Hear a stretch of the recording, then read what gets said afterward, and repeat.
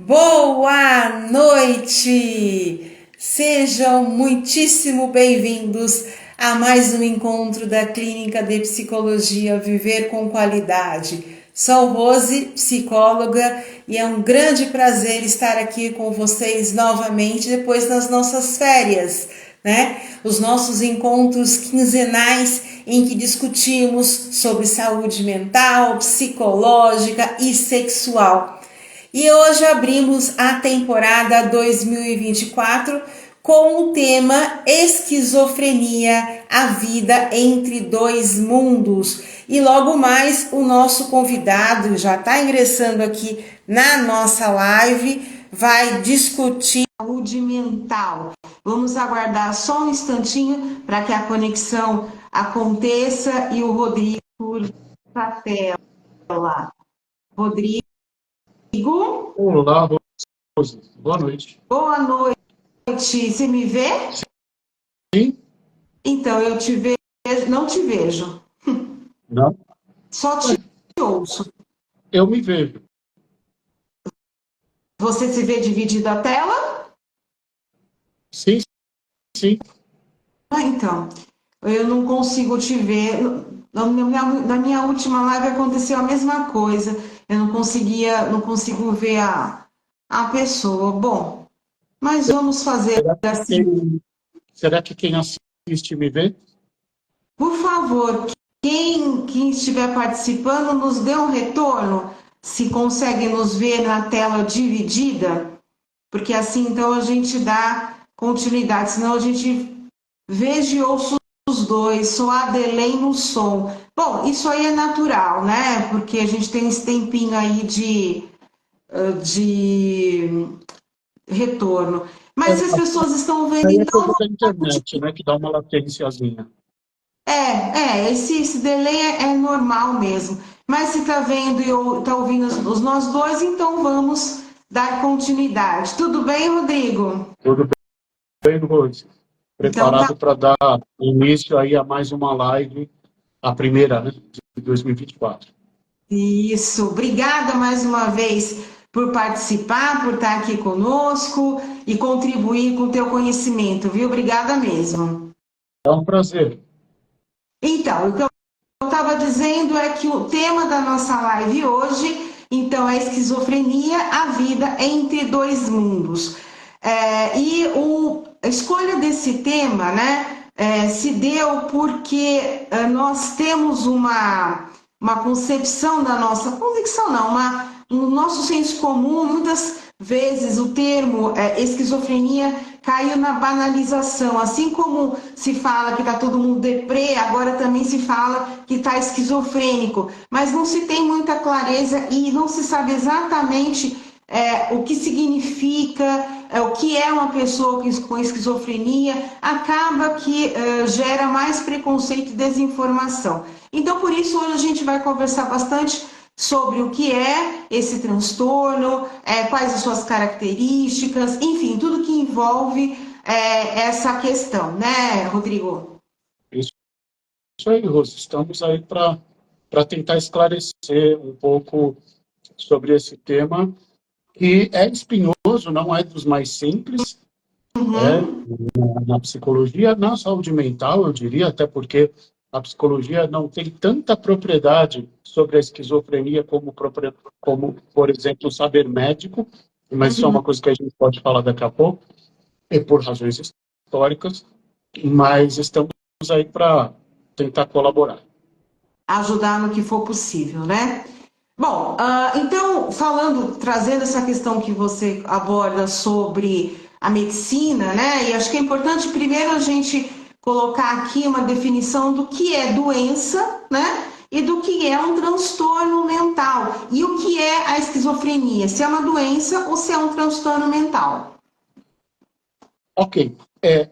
Normalmente, quando a gente fala em doença, e a gente usa pouco esse termo em psicologia ou em psicopatologia, porque, em geral, a gente está falando de um quadro bastante específico, onde a gente tem uma sintomatologia precisa, uma causa conhecida e um Uhum. percurso clínico relativamente previsível, um prognóstico, né? Quando a gente fala de transtorno, até pela origem da palavra transtorno, a gente está remetendo muito mais à questão de uma alteração. Então, é algo que está alterado em relação a quê? Ou em relação ao esperado, ou em relação àquilo que é mais frequente, em relação àquilo que é mais comum, ou em relação, que eu acho que essa é a grande questão em relação à esquizofrenia, aquilo que é diferente em relação a um determinado critério do que seja a normalidade. Então, o que a gente entende a respeito de esquizofrenia hoje é que ela seja um transtorno, assim como outros muito próximos do, do, do, do, do espectro da esquizofrenia, da psicose, dos transtornos esquizoafetivos, etc. Então, a gente evita, e também pelo ranço que está presente na palavra doença, a gente evita usar esse termo quando a gente se refere à esquizofrenia. Uhum.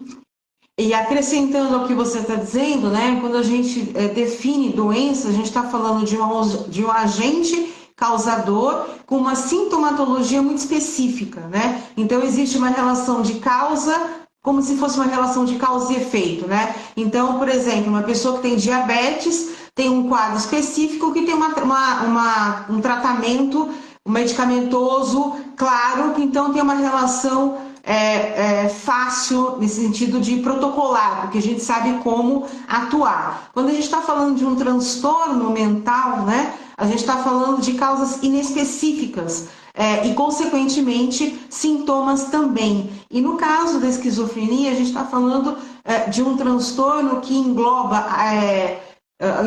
né, aspectos biopsicossociais. Então, cada pessoa com esquizofrenia, a gente está falando de um quadro de sintomatologia, mas vai experienciar essa situação de uma determinada forma. Então, por isso que a gente fala de transtorno, que cada pessoa, né, vai experienciá-lo de uma forma e não existe essa relação, esse é o causador e esse sintoma está diretamente relacionado, né, Rodrigo? Isso. Para falar um pouco mais sobre essa questão hoje, Rose, eu estava pensando ontem, antes de dormir, você lembra do personagem Poucas Trancas? Não. Personagem Poucas Trancas do seriado mexicano Chapolin. O personagem Poucas Trancas. Ele aparece em um ou dois episódios. O que é o Poucas Trancas? Ele é um louco que fugiu do hospício. E ele é um louco perigoso que fugiu do hospício e, portanto, ele cria medo em todas as pessoas e todo episódio vai, enfim, são as pessoas meio que numa comédia de erros tentando fugir do Pouca-Trancas e tentando entender qual deles ali é, de fato, o Pouca-Trancas. Mas a questão é, o Poucas Trancas, ele é um estigma da loucura na idade contemporânea, né? É o louco como desrazão, o louco como erro e o louco, portanto, como perigo, né? E esse perigo, em geral, manifesto pela possibilidade de fazer algum dano físico, né? Algo que, inclusive, do ponto de vista psicológico, médico, científico, estatístico, não se confirma. Porque, de fato, o que a gente sabe é que as pessoas que vivem com a esquizofrenia têm, em geral, uma tendência muito menor à violência do que qualquer outra pessoa. Mas o estigma, ele se apropria de alguns valores que são da nossa cultura, da nossa sociedade, para rotular o louco como alguém perigoso, justamente pela divergência que ele traz consigo e porque, enfim, ele é visto como um erro, ele é visto como algo, portanto, que deveria ser combatido como uma ameaça. Mas nem sempre foi assim. Então, se a gente olhar historicamente, e aí tem um livro que eu gosto muito, que é o História da Loucura, que foi a publicação da tese de doutorado do Michel Foucault, um francês, filósofo Michel Foucault, em 1961, onde ele traz que, desde a antiguidade até a Idade Média, aquilo que nós chamamos como louco. E por que eu estou falando isso? Porque hoje a esquizofrenia, aquilo que nós muito recentemente na história chamamos de esquizofrenia, ela sempre esteve manifesta ao longo da história com outros nomes, mas sempre dentro desse padrão daquilo que se entende como loucura. Então, da Idade Antiga, da Grécia, de Roma, até a Idade Média, essa questão da loucura oscilou grandemente entre você considerar o louco como alguém escolhido por Deus e, portanto, agraciado, especial, sagrado, alguém escolhido e possuído pelo demônio e, portanto, alguém a se combater e evitar, até alguém que era comparado com outras formas de deficiência, como, por exemplo, a deficiência física. Em Esparta, na antiga Grécia, o louco, assim como o deficiente físico, poderiam ser, como eles não serviam para os propósitos daquela sociedade, muito bruta, muito guerreira e muito focada na produção, eles poderiam ser, inclusive, encaminhados à morte. Só que quando a gente chega aliás, até a Idade Média, a gente tem aquela questão da religiosidade muito presente, então essas questões da loucura como vindo do sobrenatural muito presentes também. Só que quando a gente chega no Renascimento e no Iluminismo, que é um movimento racional, filosófico, cultural da época, que começa a trazer a razão como única ferramenta, como único caminho aceito para se buscar a verdade de alguma coisa, a gente tem um filósofo exemplar, que é o René Descartes, um francês também, René Descartes, que vai ser fundamental para estabelecer essa diferença entre razão e desrazão. E uma vez que a razão é vista como a única ferramenta legítima, válida, para se obter a verdade do mundo, a desrazão é vista como erro. E a desrazão é a loucura. Então, nesse ponto, apesar da gente estar falando de algo que está muito mais próximo da gente, em termos históricos, está apenas há poucos séculos, o louco, a partir daí, começa a ter um tratamento, digamos, menos humanizado do que ele tivera até esse momento, historicamente falando. Isso tudo quem está dizendo, né, não sou eu, é o Foucault, no História da Loucura. Então, a partir do iluminismo e a partir da criação das ciências modernas, a gente pode dizer que essa loucura vista como desrazão, ela é algo de novo e de uma maneira mais homogênea, tratada pela sociedade como algo que não faz sentido, como algo que está errado, como algo que tem que ser alterado, tratado, curado, etc. Então, a gente tem, por exemplo, nessa época, a Nau dos Loucos, ou Nave dos Loucos, que era uma embarcação onde loucos eram jogados, e não só os conhecidos loucos, mas pessoas, por exemplo, que tinham algum vício com álcool, por exemplo, e que por algum outro motivo não podiam trabalhar, eram jogados todos na nau dos loucos, e essa nau era jogada no oceano à deriva, sem ninguém que cuidasse dela. Obviamente era uma sentença de morte, muito cruel, inclusive, mas da qual a sociedade se protegia, dizendo, não, essas pessoas estão apenas lançadas à própria sorte no oceano. E é a partir disso, a partir dessa possibilidade de ver a loucura como essa desrazão, que vai surgir o Dr. Felipe Pinel, que algumas pessoas, talvez as mais velhas, até já tenham esse sobrenome, né, Pinel, porque foi o nome de uma instituição psiquiátrica muito importante, muito grande, né? O Felipe Pinel, ele começa a dar um tratamento àquilo que nós vamos hoje chamar de esquizofrenia a partir de métodos de avaliação clínica e de tratamento médicos. Naquela época, ainda tinha uma questão moral muito forte, a loucura era ainda vista muitas vezes como um desvio moral, como um fruto de um pecado, por exemplo, ou tinha um organicismo muito forte, se acreditava que certas formas de intoxicação poderiam levar a pessoa à loucura. Hoje a gente até consegue entender isso de uma outra maneira, que tipo de intoxicação pode ser predisponente, né, de uma psicose. Mas ele tinha esse trabalho com as pessoas internas, então as pessoas são retiradas do espaço público, da sociedade, são internadas em asilos, em locais específicos para elas, onde elas vão ser submetidas a algo que, de alguma maneira, deixe claro que aquilo que elas são não está certo. E que, portanto, ou elas têm que mudar, ou que elas precisam, então, se elas não mudam, continuar asiladas ali.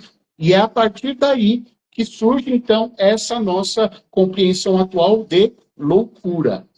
Quem traz o nome de esquizofrenia já é um pouco depois, é um cara contemporâneo do Sigmund Freud, que é o Bleuler, um cara que o Freud chegou, inclusive, a conhecer. Ele cria esse esquizofrenia, que tem o radical e o sufixo gregos, significando cisão, separação.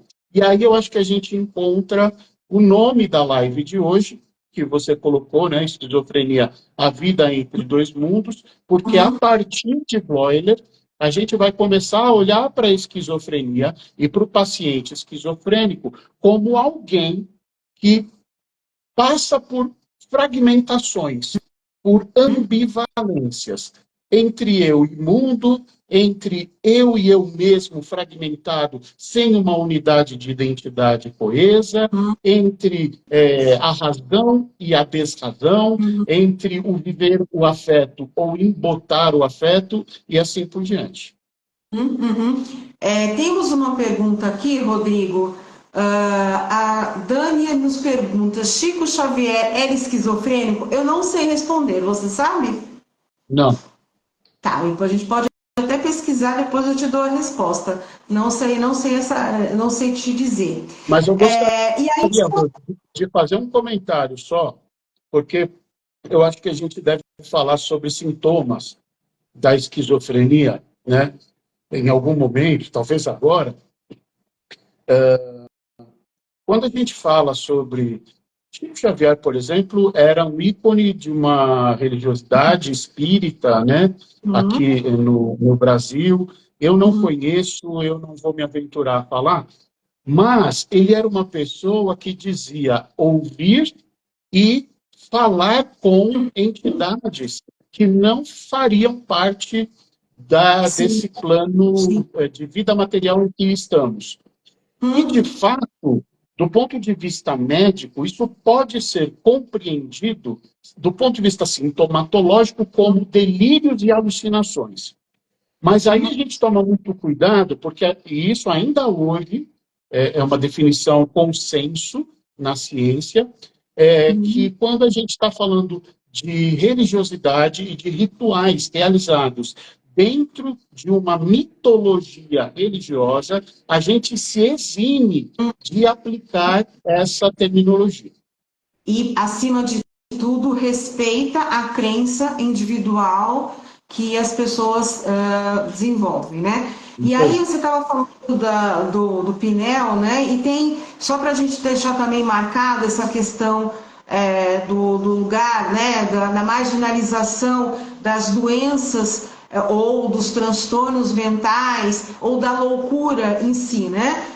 E que nós temos aqui no Brasil a Anísia da Silveira, né? Que é uma psiquiatra que estabeleceu, que fundou no Rio de Janeiro um centro de atendimento às pessoas ditas, né, loucas ou que eram excluídas do convívio social, familiar, e ali ela desenvolveu um trabalho belíssimo sobre o tratamento e a reinserção das pessoas com qualquer tipo de enfermidade mental, dentre elas pacientes com esquizofrenia. Então, é muito interessante a gente conhecer o trabalho que a Anísia desenvolveu, né? E daí a questão da luta antimanicomial, de trazer as pessoas com as suas características e fazer um trabalho de educação, né, de orientação aos familiares, à sociedade como um todo, para que essas pessoas não sejam mais banidas do convívio social, mas que sim elas sejam incorporadas da forma que é possível que elas estejam fazendo parte da comunidade, né? Então é importante a gente colocar isso, como você trouxe esse recorte histórico, e colocar o trabalho da Nise, que é muito importante justamente para essa nova configuração do que é o tratamento e entendimento dos transtornos mentais aqui no Brasil, né, Rodrigo? Sim, a doutora Anise, que é a mãe da luta antimanicomial, que se estende da época dela até hoje, e Sim. sobre quem foi feito um filme, uma cinebiografia, que quem quiser conhecer um pouco mais, não só sobre a vida dela, mas sobre a história de como se trata a loucura no Brasil, é um filme bastante interessante. E requer uma certa paciência, porque é um filme assim meio parado e não sei se sou eu, mas eu achei um filme assim ele um pouco longo, mas é muito interessante a história, obviamente não tem nada a ver com ela, tem a ver com quem fez o filme. Bom, e também tem um livro, né? Tem um livro que fala de toda a trajetória dela, né? E conta, e tem fotos dos pacientes, enfim, conta toda como ela desenvolveu esse trabalho, influenciada pelo Jung, né? Pelos ensinamentos de Jung, e como isso tem, e como isso foi até hoje, né? É uma referência no estudo e no tratamento de pessoas com transtorno o mental. livro é Mas vamos voltar. mais legal que o filme. Oi? O livro é mais legal que o Ah, filme, sim. é a minha opinião. Muito melhor. E é só para completar agora nesse carnaval também, não a Nise, mas a luta antimanicomial foi enredo de uma escola de samba no Rio de Janeiro, se eu não me engano, não do grupo especial, mas de outro grupo. Mas também eu vi alguma coisa no. Não sabia. Foi sim. Bom, então vamos voltar para a nossa questão aqui, né? Então agora vamos lá, né, Rodrigo? O que né? Quais são os sintomas, como você começou a dizer, quais são os sintomas da esquizofrenia, como que ela se manifesta, enfim, quais os comprometimentos que ela acarreta para a pessoa que é acometida? Bom, primeiro, talvez seja interessante a gente dizer que, ao contrário de outros transtornos que têm o mesmo potencial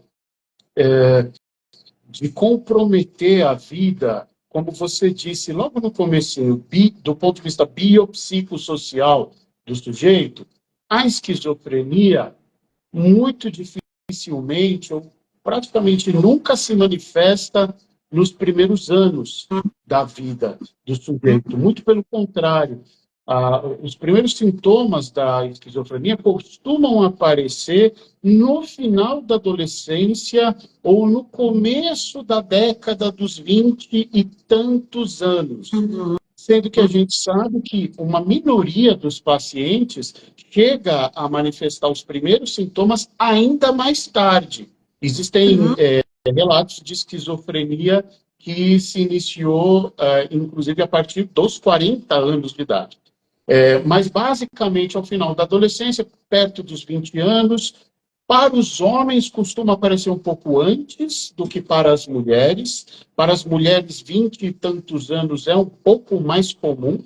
Mas o que a gente está falando? Que sintomas são esses, né? Então, basicamente, eu acho que é importante a gente dizer que a sintomatologia da esquizofrenia, sim, tem um potencial grande de comprometer a funcionalidade. Então, são pessoas esquizofrênicas têm muitas vezes dificuldade em mercado de trabalho, carreira, desenvolver relacionamentos, sejam amizades ou relacionamentos sexuais, amorosos, enfim, outras, ou até mesmo de se cuidarem sozinhos, de morarem eventualmente sozinhos. Então, muito comumente a gente vai encontrar dentro da esquizofrenia um nível de comprometimento biopsicossocial mais importante do que nós costumamos encontrar em outros transtornos ou em outras condições. Se a gente for olhar assim, em uma, duas frases, o que do ponto de vista psicológico está acontecendo dentro do paciente esquizofrênico, eu diria que a gente pode dizer que existe uma configuração precária, ou seja, não é que ela não existe at all, mas ela é precária entre quem sou eu, até onde eu vou, e esse eu é existencialmente, não é o eu pele, não é o meu eu corpo. Até onde eu vou do ponto de vista existencial, qual é a minha fronteira, o meu limite, e a partir de onde começa o que eu chamo de não eu. Ou seja, outras pessoas e coisas, ou que a gente pode chamar de mundo. Também, ligado a isso, de uma maneira que nesse momento não nos interessaria aqui, porque ficaria chato e, enfim, fora do nosso objetivo, essa divisão precária entre eu e mundo também se reflete numa identidade de si precária, num saber quem eu sou precário, muitas vezes fragmentado e ambivalente, onde o sujeito experiencia o seu si mesmo como se não fosse uma única pessoa, mas como várias, que podem não ser identidades perfeitas, personalidades completas, como a gente assiste lá no filme Fragmentado, mas que podem ser parciais, podem ser pedaços de personalidade que, em vez de estarem conjugadas, como em muitas pessoas, numa identidade única, coesa, continuam esparsas. A partir dessa configuração, aí é que vão entrar os sintomas, que normalmente a gente chama de sintomas positivos, sintomas negativos, e aí positivo e negativo não tem nenhum valor moral, não é porque positivo é melhor do que negativo, mas sintomas positivos que seriam, por exemplo, as alucinações e os delírios, delírios persecutórios, delírios de referência. Então, por exemplo, a pessoa lê um livro e ela acredita que o autor estava escrevendo sobre a vida dela, né? Que são os tais dos sintomas positivos e os sintomas negativos, porque é onde algo deixa de existir, ou que é retirado. Então, embotamento afetivo. Então, é uma pessoa com pouca expressividade, com uma expressão facial que parece vazia, que parece oca, né?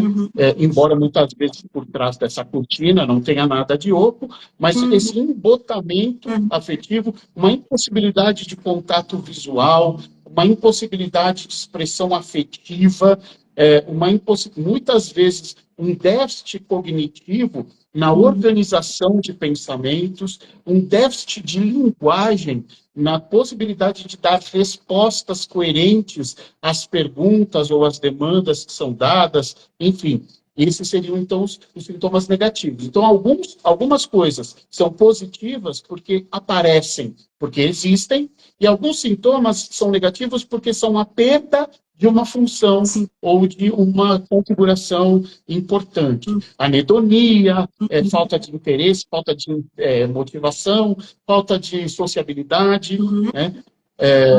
Além disso, a gente tem os sintomas desorganizados, que aí são nem excesso nem falta, mas uma espécie de confusão, uma desorganização mesmo, que pode estar presente na fala, pode estar presente no comportamento, e que pode, inclusive, nesses casos, levar a pessoa a não ter condição de fazer coisas muito simples da vida, que seja escovar os dentes sozinho, ou se trocar sozinho, né? E aí a gente tem alguns casos onde todos esses sintomas estão presentes, alguns em maior, outros em menor grau, mas a gente pode ter casos em que a gente tem presentes alguns sintomas e outros não. Acrescentando a tudo isso que você colocou, né? Quando a gente está falando do início, né, no final da adolescência e no começo da vida adulta, né? Quais são os primeiros indícios, os primeiros sinais de que há alguma coisa diferente no comportamento daquela pessoa? Começa-se pela atitude de isolamento, né? Uma pessoa com esquizofrenia, como você colocou, tem essa dificuldade de se conectar consigo e com o outro, né? Então, é uma pessoa que tem uma tendência ao isolamento, ao fechamento de si mesmo. E esse fechamento de si mesmo, ele começa a apresentar essa questão da alucinação, né? Qual é a característica aí da pessoa com esquizofrenia? Ela é uma gradual perda do contato com a realidade, né? Por isso que se fala nessa cisão entre dois mundos, porque ela não está nem na realidade e muito menos está consigo. Então fica nessa oscilação, nessas crises, que são esses momentos das alucinações, né? E dos delírios, né? Que o delírio é uma distorção da realidade, enquanto que a alucinação ela é uma perturbação dos órgãos do sentido. Quer dizer, a pessoa começa a, por exemplo, ouvir vozes que determinam que ela faça alguma coisa. Como você comentou no começo, a agressividade não é um sintoma de uma pessoa com esquizofrenia. Entretanto, quando ela está em crise, essa alucinação pode fazê-la agir agressivamente, né? Como, por exemplo, acredita que existe alguém que a está perseguindo, que vai fazer alguma coisa contra ela e ela precisa se defender dessa situação. Então, ela pode ter uma atitude agressiva, mas não que a agressividade ou a violência façam parte da sintomatologia. Então, a gente vai percebendo esse isolamento, essa tendência, né, a ficar cada vez mais retirado. Outra questão que você trouxe, que é a dificuldade do asseio, né, do cuidado pessoal, que muitas vezes pode ser confundido com um quadro depressivo, né? Mas a diferença aqui é que a pessoa, no episódio depressivo, ela sente que ela não está bem, ela consegue de alguma forma nomear, ela está triste, ela está preocupada, ela está angustiada. Uma pessoa com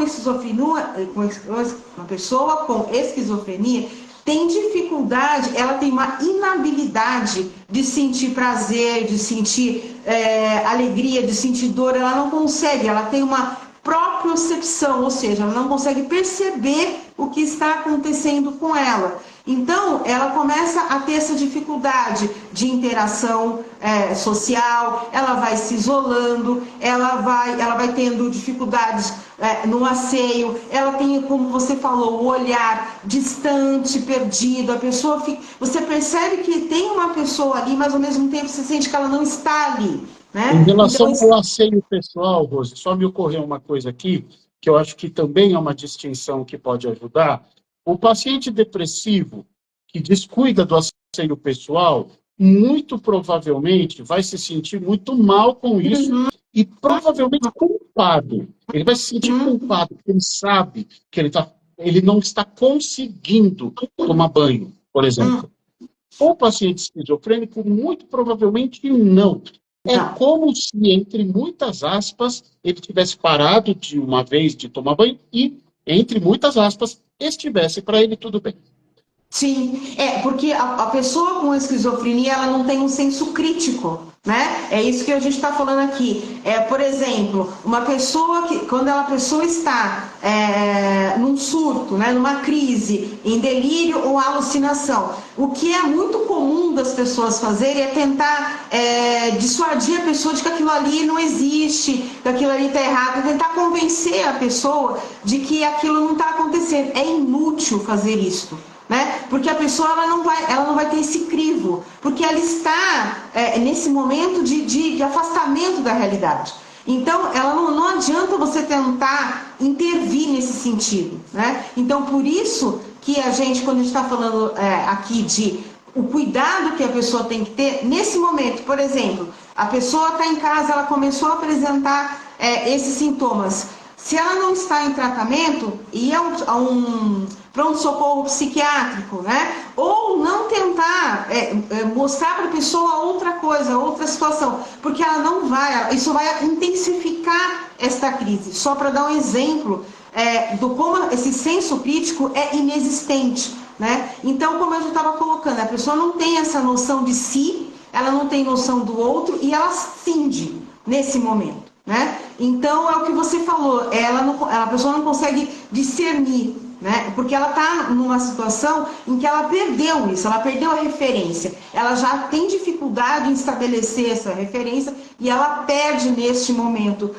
da crise. E aí, outra característica que você também falou, aí, só para dar um pouco mais de detalhe, que é essa questão da fala desconexa, da fala desorganizada, né? É uma fala incoerente. Então a pessoa começa a falar, não falar coisa com coisa, né? Então é mais uma situação. Então, todos esses pontos que a gente está destacando aqui, eles vão.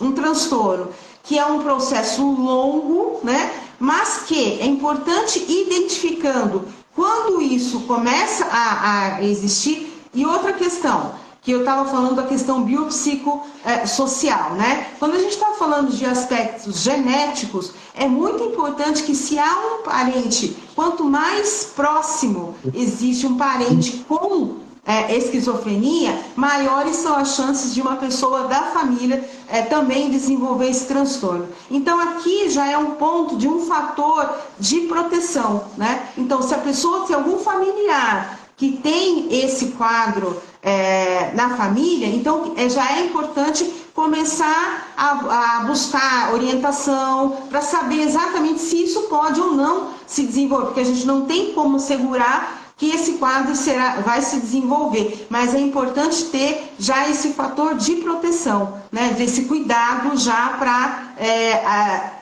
diminuir os impactos da incapacidade, porque a esquizofrenia é um transtorno incapacitante, então, como qualquer outra condição, quanto mais cedo for diagnosticado, melhor o prognóstico. Esses efeitos, todos esses sintomas que a gente está trazendo aqui serão diminuídos, porque à medida que isso for acontecendo, a partir do momento que há esse primeiro surto psicótico, já há uma perda considerável na capacidade cognitiva, emocional, interrelacional. Então, isso, à medida que vai existindo essas crises, vai se perdendo cada vez mais, até que, infelizmente, a pessoa gere um quadro maior de incapacidade. Então, é muito importante isso. No primeiro sintoma, na primeira manifestação, houve uma mudança, tem um antecedente familiar, teve uma mudança brusca, tem essa questão da alucinação, porque a alucinação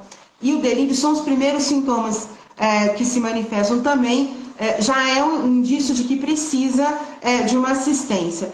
Deixa eu ver aqui, Rodrigo, que temos duas perguntas. Eu tenho um conhecido que é esquizofrênico.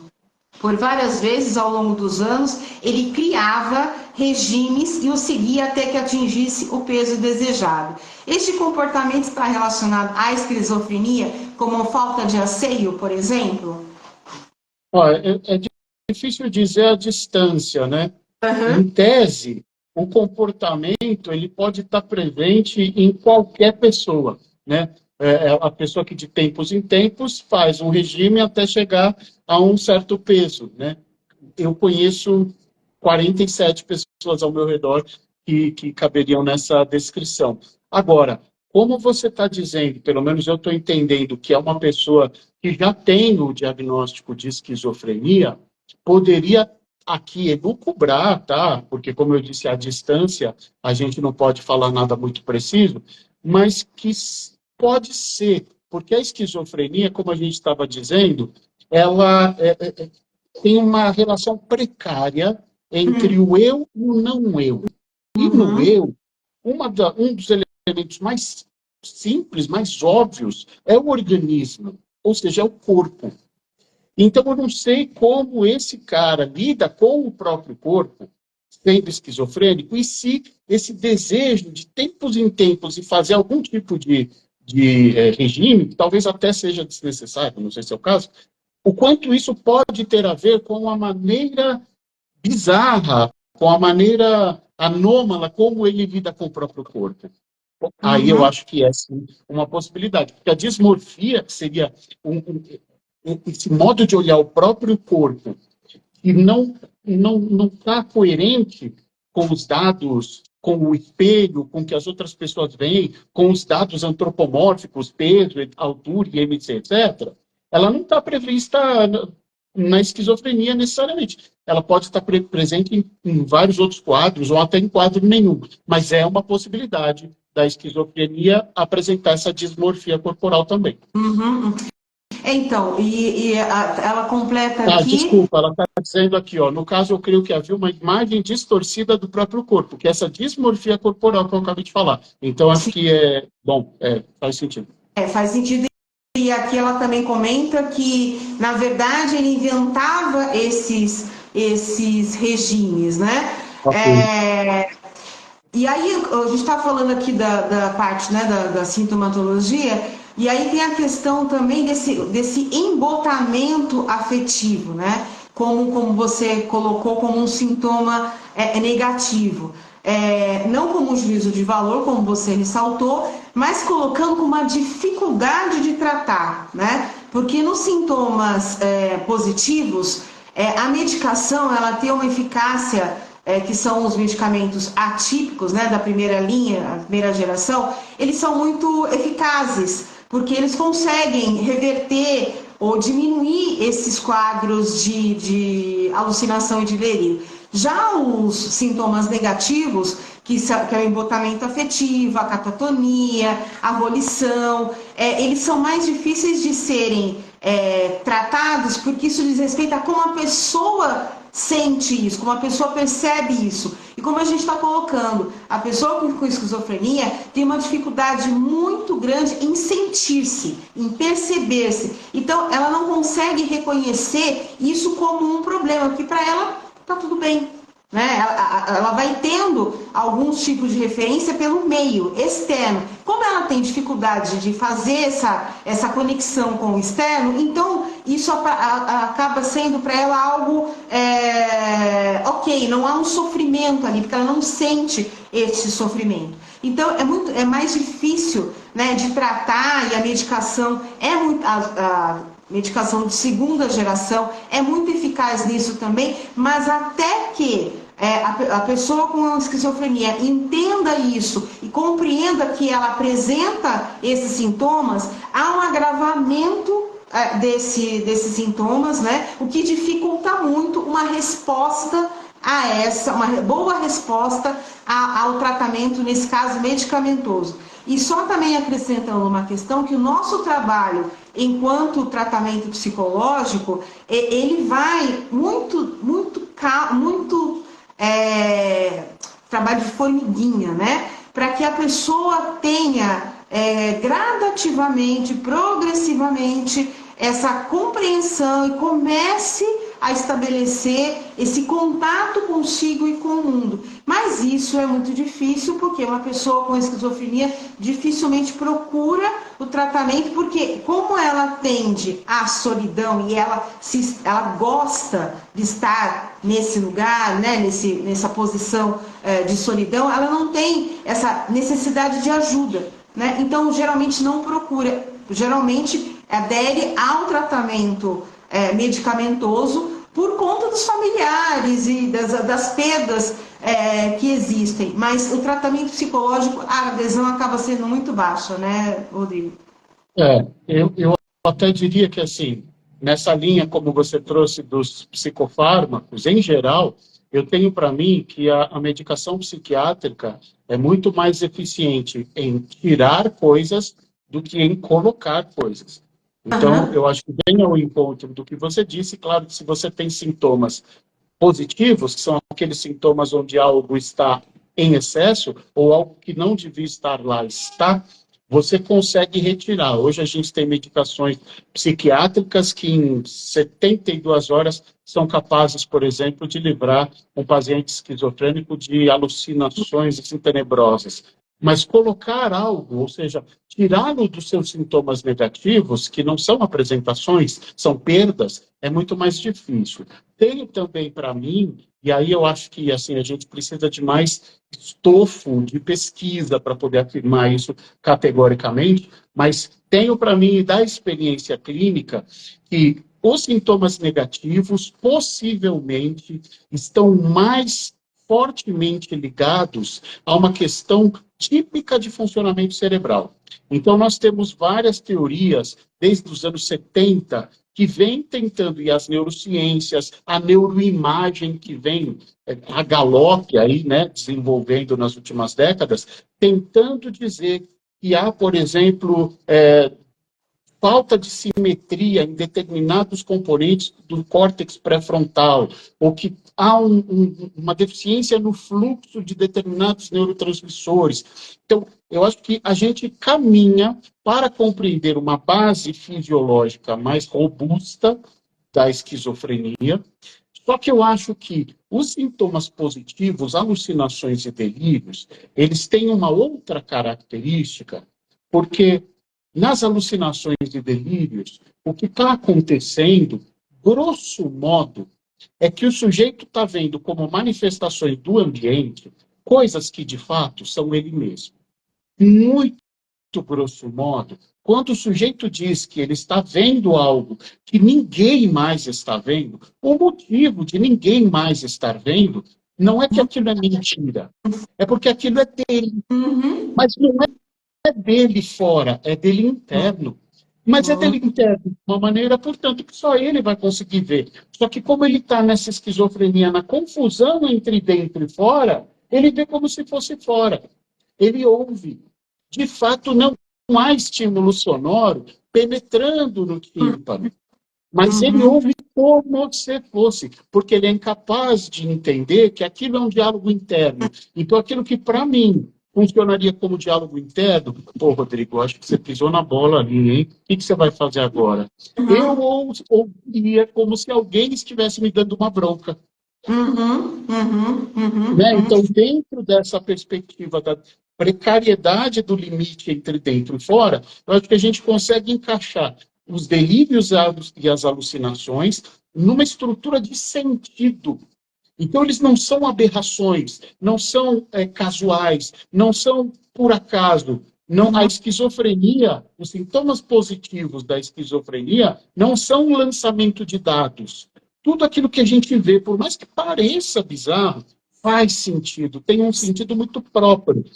Ah, então é fácil, você traz, apresenta e está tudo bem. Claro que não, é muito complexo, como você disse, é um trabalho cotidiano de formiguinha, mas só para adicionar que é um trabalho que se dá nessa dimensão do sentido, tentando mostrar o sentido daquilo que ele vê fora como algo que é pertinente a ele mesmo dentro da sua individualidade e, portanto, incentivando uma percepção mais coesa de si mesmo.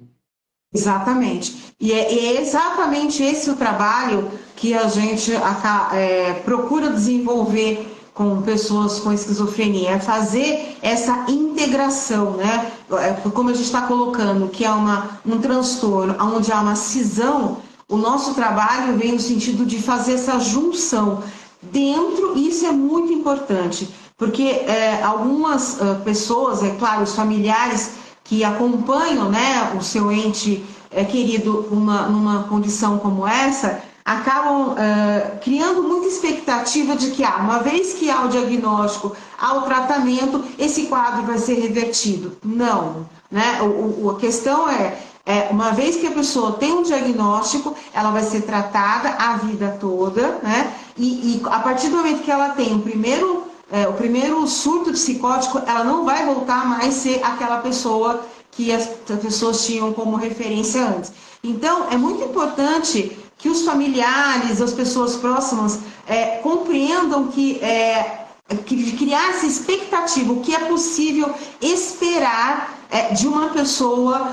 com esquizofrenia, essa dificuldade de fazer esse contato com o outro e contato consigo vai ficando muito prejudicado, né? E é um prejudicado que não é reversível, ele é paralisado, vamos assim dizer, ele não aumenta tanto uma vez que a pessoa esteja no tratamento, mas ele não tem como voltar a como a pessoa era antes. Então, mais uma vez, aqui fica registrado a importância de se buscar o tratamento o mais rapidamente possível, para que esses danos sejam diminuídos e a gente consiga, tanto na psicologia, mas especialmente com a medicação, fazer a reinserção desta pessoa no mercado de trabalho, na vida social, na vida familiar, dentro das condições que a pessoa consegue ter, não na expectativa de quem está ao redor. Essa pessoa agora vai voltar a desenvolver o que fazia antes. Não, ela não vai mais. Tá? Mas ela vai fazer o possível, ela vai fazer o melhor possível. Então isso é muito importante, alinhar com a família, né? Ou com a pessoa que está ali ajudando nos cuidados e na assistência à pessoa com esquizofrenia. Nesse caso, a gente vai atender, dar muito mais uma orientação à família e quem está junto, do que muitas vezes propriamente ao paciente, né? Porque ele já tem ali uma condição limitante, né? Incapacitante. Então a família vai ser esse suporte. E de forma é possível que esse suporte aconteça? Rodrigo, nós temos 10 minutinhos para terminar aqui a nossa conversa. O que você considera também importante que a gente precisa deixar aqui marcado? Eu acho que isso que você acabou de dizer completa o que a gente hoje considera tratamento ouro no apoio ao paciente esquizofrênico. Então, seriam 3 itens, né? Os psicofármacos, e aí o apoio do profissional psiquiatra, médico psiquiatra, a psicoterapia, e aí a gente falou um pouco sobre o que a psicoterapia pretende, né, na abordagem desse paciente, e, finalmente, a reabilitação psicossocial. Então, dentro das possibilidades, porque não há 2 pacientes iguais, dentro das possibilidades específicas de cada um, resgatar a possibilidade de trabalho, de uma vida mais independente, mais autonomia, relacionamentos, amizades, enfim, e assim por diante. E aí a gente tem o psicólogo como vetor, mas a gente pode ter vários outros profissionais envolvidos, em geral profissionais da saúde e profissionais da assistência social, que vão estar também junto nessa batalha. Isso é muito importante, porque a gente pode inserir, né, no caso, um terapeuta ocupacional, né, uma pessoa, um fisioterapeuta, porque tem uma questão orgânica também envolvida, enfim, é uma equipe multidisciplinar, mas tendo como linha de frente com esses profissionais que você destacou. Só queria dar falar um pouquinho, só rapidamente, sobre a questão do uso de drogas, né? Que também está muito associado a essa questão das primeiras crises, né? Dos primeiros momentos de algumas pessoas acreditarem ou associarem essa pessoa é usuário de uma droga, por isso desenvolveu a esquizofrenia. Não necessariamente, aí também é uma questão bastante complexa, mas não é necessariamente a pessoa que seja um usuário de drogas, isso por causa necessariamente dos sintomas da esquizofrenia, mas é o contrário, né? Porque muitas vezes quando a pessoa utiliza dessas drogas, elas potencializam esses momentos da crise. Elas não criam as crises, elas potencializam a crise, né? Então também é importante a gente levar em consideração se é um usuário, que tipo de droga, porque é muito comum, né, que esses pacientes se recorram a essas drogas. Então, se é usuário, que tipo de droga utiliza, por que está utilizando, em que momentos isso acontece, para fazer essa distinção, se essas crises são desencadeadas pelo uso ou se elas são potencializadas, né, Rodrigo? Eu acho que tem, para ser bem sucinto, tem um depoimento que eu só vou citar, gostaria que as pessoas que tivessem interesse fossem atrás. Nísio Neto é um ator e dublador brasileiro. Ele é filho do grande humorista Chico Anísio. Ele participou de vários quadros de humor com o pai, e sem o pai também depois. Na escolinha do professor Raimundo, ele fazia aquele bom aluno, que era o senhor Ptolomeu. Ele é pai, e eu, como pai, gostaria também de trazer esse depoimento. Ele tinha um filho, o filho dele, no final da adolescência, até então não havia apresentado nada que chamasse muito a atenção, mas no final da adolescência ele conheceu um ritual que é um ritual místico que utiliza de uma substância que é reconhecidamente alucinógena, que é a ayahuasca. E ele entrou para um rito em que havia o consumo da ayahuasca e fez uso da ayahuasca algumas vezes. Eu conheço muitas pessoas que fizeram uso da ayahuasca, inclusive pacientes, fizeram, fazem e têm vidas tranquilas, onde, né, no resto do tempo nem lembram disso. Mas no caso do filho do Niso Neto, após alguns rituais com a ayahuasca, ele desenvolveu um surto psicótico absolutamente grave, inapelável. Ele parou de dormir, ele parou de comer, ele parou de se cuidar e ele faleceu. Então, quem tiver oportunidade, é só colocar no Google, em qualquer rede social, Niso Neto, filho, ayahuasca, você vai ouvir o depoimento dele, que é um depoimento bastante forte, e existe um consenso na comunidade médica de que, em alguns casos, que são muito raros, sim, um consumo de algumas drogas com potencial alucinógeno pode desencadear surtos psicóticos do qual a pessoa não sairá nunca mais. E aí, obviamente, não tem como a gente saber se sou eu ou se é você, ou se não é nenhum dos dois, ou se somos os dois. Então, para a gente tomar um pouco de cuidado nessa psicoeducação em relação principalmente aos mais jovens. Exatamente. Rodrigo, mais uma, temos menos que 4 minutinhos. Você quer deixar mais alguma coisa destacada sobre essa questão?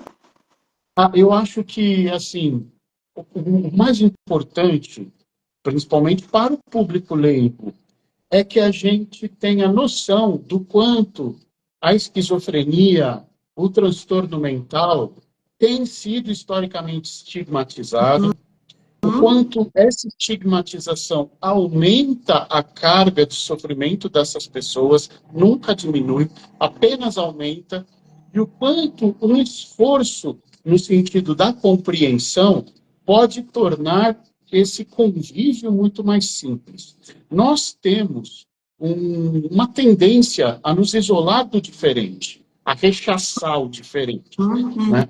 Mas muitas vezes isso é colocado quase como uma justificativa para a segregação e para a estigmatização. Isso é muito pobre, isso é muito tosco em termos de humanidade. Porque se nós temos essa tendência, e essa tendência foi forjada no nosso organismo ao longo de uma seleção natural de milênios, isso significa que ela é algo muito primitivo da nossa humanidade. Nós hoje somos muito mais do que isso. Então, nós somos capazes de ir além dessa tendência a rechaçar o diferente e fazer o contrário, trazê-lo e integrá-lo ao convívio dos iguais, né? Então, eu acho que, para o público leigo, é o recado que eu gostaria de dizer, que a gente possa atuar para uma sociedade cada vez menos avilar em relação à doença mental e que possa lidar com o seu doente mental, com o seu transtornado mental, como uma pessoa, como qualquer pessoa deve ser tratada em nossa sociedade. E aí, para a gente fechar, eu recomendo novamente a leitura e o trabalho da Anísia da Silveira, em que ela diz, e ela reforça isso, de que ela aprendeu muito com os pacientes que ela atendeu. Então, essa é a ideia, é trocar, é aprender, todo mundo crescer junto, não importa a condição deste ou daquela outra pessoa. Rodrigo, brigadíssima mais uma vez pela parceria, pela troca, pelo aprendizado. Obrigada de verdade pela sua disposição. A gente vai trocar muito novamente ao longo desse ano e eu quero de verdade deixar aqui o meu registro da minha gratidão. Obrigadão mesmo, viu? Obrigado, Rose. Mais uma vez foi um prazer. Boa noite para você, boa noite a todos e até a próxima. muito obrigada a todos que assistiram agora ao vivo, que vão assistir depois gravado.